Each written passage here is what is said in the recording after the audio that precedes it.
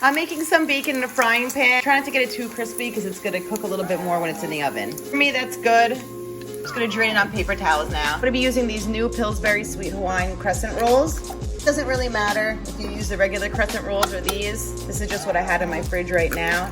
And I am using processed cheese. It's Velveeta cheese slices.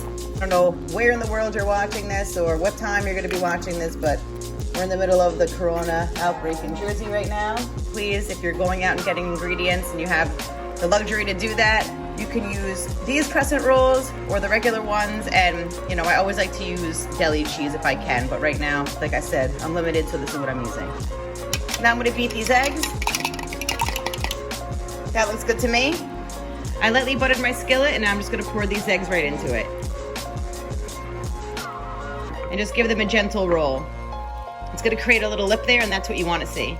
Also, it depends on when you like to season your eggs. I like to do it now, so I did, but if you wanna season them after they're already cooked, then go ahead. So I'm just gonna let these sit here for a minute and firm up. All right, so once the eggs have firmed up a little bit, you're just gonna lift the lip. It should peel off pretty easily, especially if you're using a really good nonstick pan. I'm just gonna roll the eggs into the side. So all that uncooked egg is gonna go right into the corner. Gonna make your eggs really nice and thin at the end, and that's perfect for what we're doing. Eggs are pretty much cooked through. There's a little bit that's not, but that's okay because they're gonna continue cooking when I fold them over. You know how fast eggs cook. So I'm gonna roll it like this.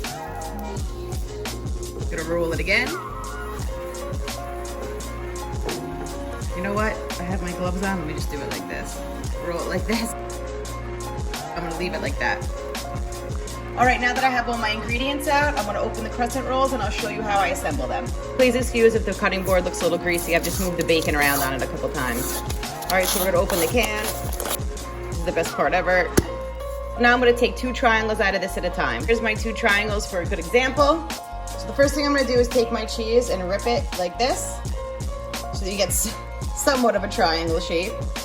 And I'll put them there. I'm gonna cut the eggs, so you get a piece that looks just like that, and put it down. I'm gonna do the same thing for the other side. Now take a strip of bacon, put it on the top, and the same thing for the other one. And now for the fun part, we're gonna roll them up. And they should look just like that.